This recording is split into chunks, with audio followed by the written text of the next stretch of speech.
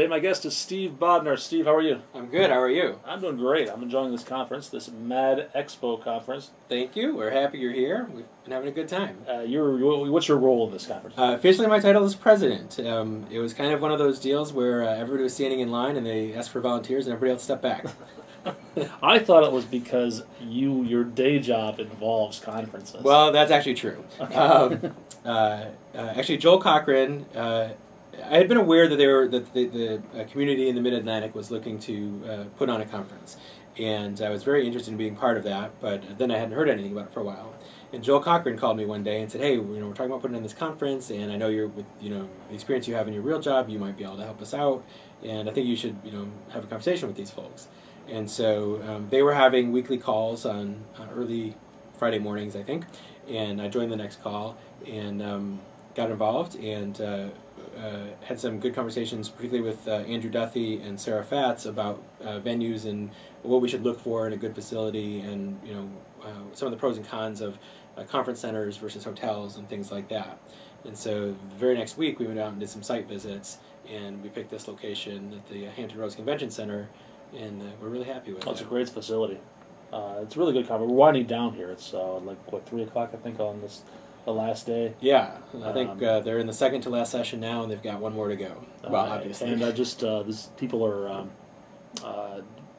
people are excited about it. People are enjoying it. I just saw a great presentation on presentations. I'm putting slide decks together. I've been trying to see Jay's session for like 3 conferences in a row. I strongly recommend it.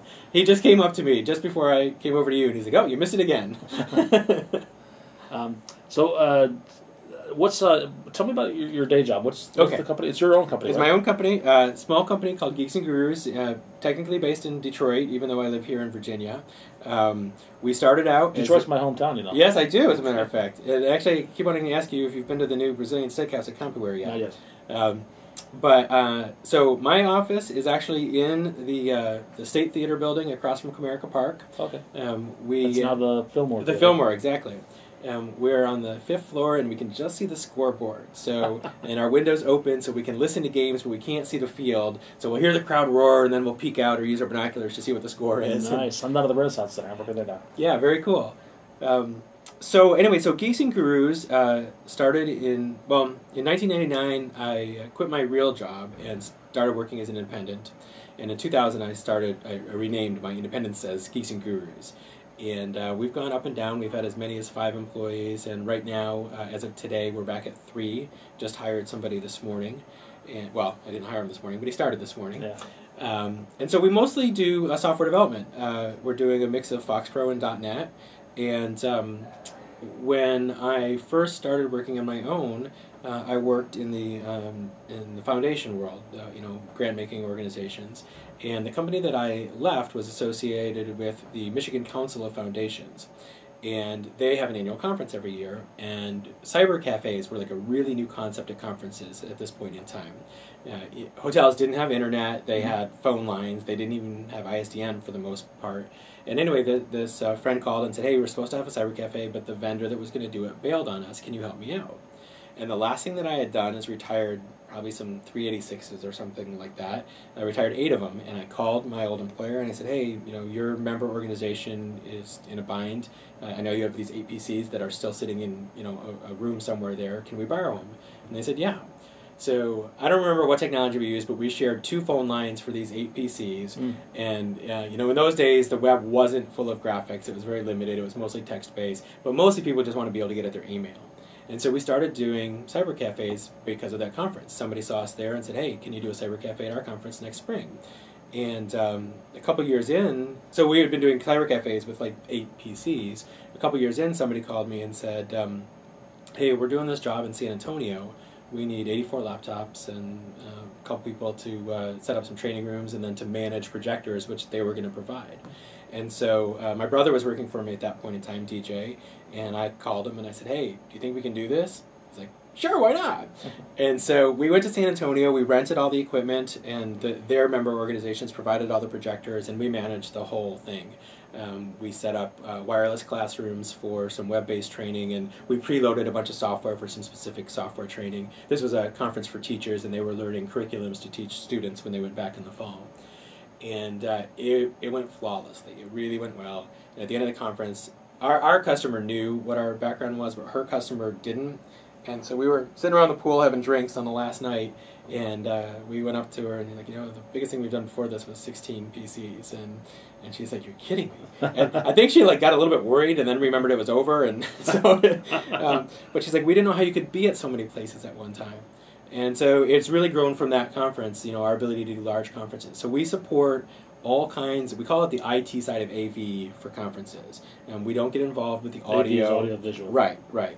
So we don't get involved with the audio side. We don't provide screens. We let the facilities provide the screens, and we don't do like big production rooms. So if there's a big keynote with many multimedia screens and different camera angles and all that kind of stuff, that's a notch above us. Okay. We do kind of the core basics. We do breakout rooms. We'll provide projectors and laptops. In the developer world, we could never provide laptops because everybody's got to have their own stuff on them. Right. But most of the conferences we do, it's just somebody with a PowerPoint slide, PowerPoint deck, and a lot of times we'll work ahead of time with the customers and we'll gather all the materials, we'll preload all the machines, so the presenter just needs to walk in, their slides are on the desktop, and they're good to go. That doesn't work for those of us who are tweaking our slides at the 11th hour. Well, even at that, one of the things, I know Dropbox has been under a bit of scrutiny lately, but we use Dropbox at conferences so that we load all the presentations on one machine and they sync to every other room in the facility so that no matter where we can grab the latest version of slides from a speaker, and then they'll show up in their breakout room when they're ready to go in there. Okay. So, and we also will collect those slides and then we'll publish them on websites for the conferences afterwards, so that their attendees can go back and download the presentation materials without having to go to like each individual person's blog or something like that. Okay. So they can get them all at one place. All right. So you've got kind of a cookie cutter approach to some of this stuff, things that are requested over and over again. I wouldn't say it's a cookie cutter approach, but we've got the ability to repeat successes. Okay. Every Maybe conference, a pattern is a pattern definitely. Every conference is different. Even for the same customer, every venue throws in new wrinkles. One of the things we get involved with at some of the bigger conferences is determining what internet needs we actually have for the conference. This conference in San Francisco is going to have 48 cyber cafe machines, and so all these attendees will be using the cyber cafe. But then we're also doing 25 breakout rooms with laptops and projectors, and we need to work with the hotel to find out what the best options are at the lowest price point. So at some hotels, you pay basically per hardwire, and then you can do whatever you want with that hardwire. At this particular hotel, the way they do it is by bandwidth. So we pay for X amount of bandwidth. As many people as we want can use it, but once one guy downloading that video, right, everybody else gets cut off. Yeah. So, every time is different. We find some of the hotel vendors are really great to work with, and some are really difficult to work with. But it's always a learning experience, and we are learning more and more what the right questions are to ask. But as far as just dealing with our customers, yes, it's pretty much a repeatable pattern. It's the hotels that really are different every time. How about providing Wi-Fi for attendees? That's always a challenge. It is a challenge, and we've looked into it a little bit. We have actually we talked to the Marriott in Detroit really casually after a conference that we were working there, and they said, would you be willing to give us a bid for providing that service? And I asked him more questions because I didn't really know what he meant and what it would involve. He says basically we have the bandwidth in the hotel.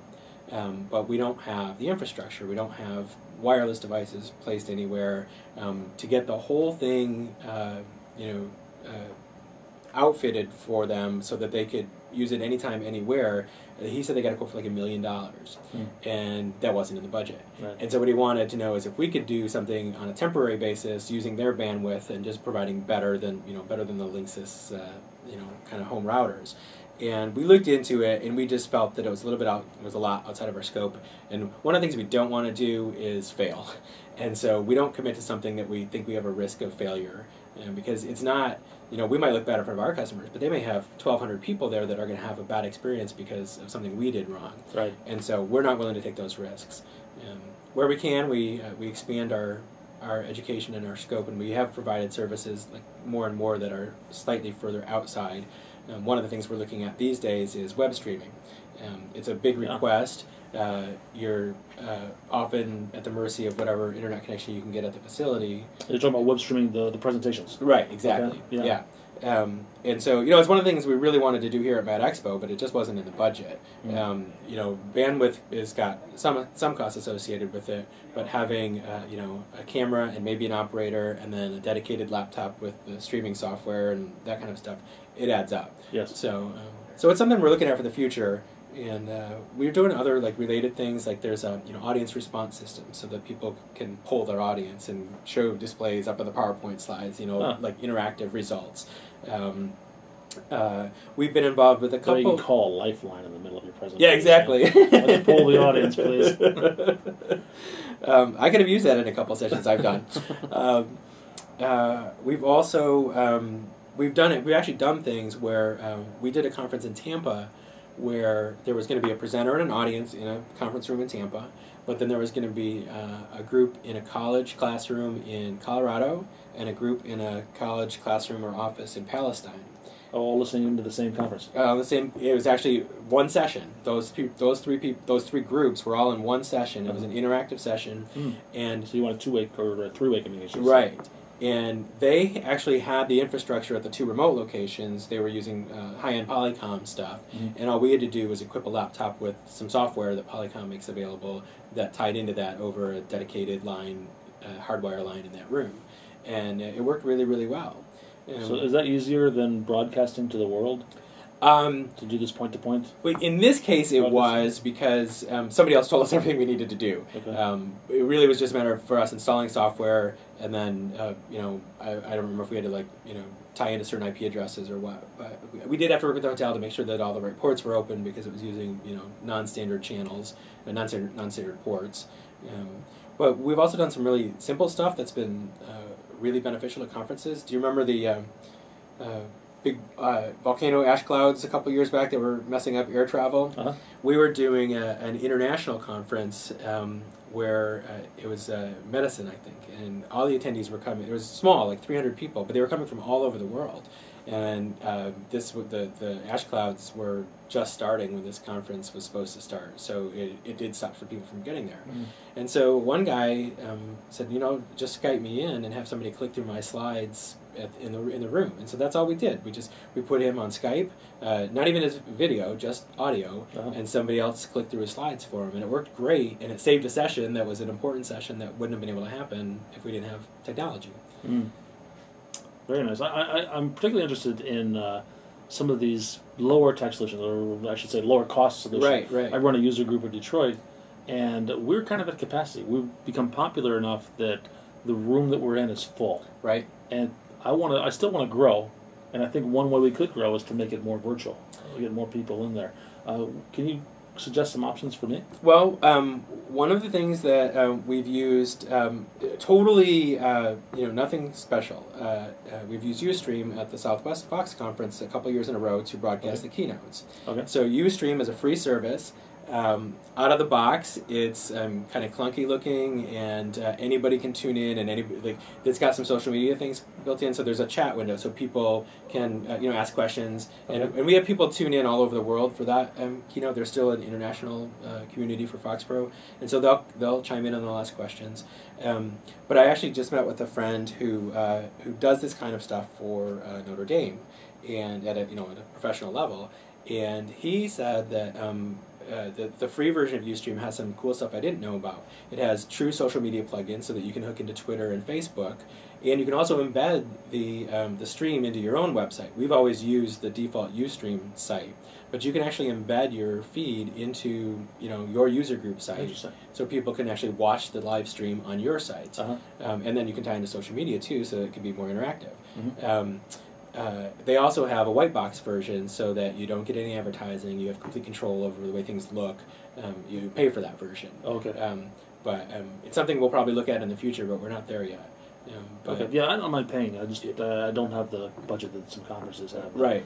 But for a user group, Ustream, the only problem you have is sometimes the Ustream feed will drop, and so you have to have somebody paying attention to it. If you're trying to record it so that you can post it for later, you need to pay attention to it so you can So does Ustream have that capability to record what it's streaming? Yeah, absolutely. And actually, they'll host it for you, so you don't even have to like put it someplace else. The Ustream interface is fairly simple. You've got two buttons, like one is broadcast and the other is record. Okay. And then when you're done, you tell it to save it, and then you get a Ustream channel. So if you went to Ustream Dave, there would be all your videos, Okay. and that's all free. All right, I will check that out. We're using Live Meeting, which is okay, but it requires some software installation by people. And, Right. There's none of this embedding on your website, that's for sure. Yeah. Or at least not that I'm aware of. Yeah. No, I mean, for what Ustream is, no, I haven't looked at it in about 8 months, but every time I use it, it does the job. So. Anything else? I don't think so. Where can people find out more about Steve Bodnar? Wait a couple days. I'm relaunching the Geeks and Gurus website. The one we have out there is fairly old. This won't be out for a few days. Okay, very good. I've had this little Mad Expo thing getting in the way. But geeksandgurus.com, I've got a blog there and information about our conference services and our software development services. And that's where you can find out more about me. So, Steve, thanks a lot. Appreciate your time. I appreciate being thanks invited for here. Mad Expo. It's Thank great. you. It's been a blast.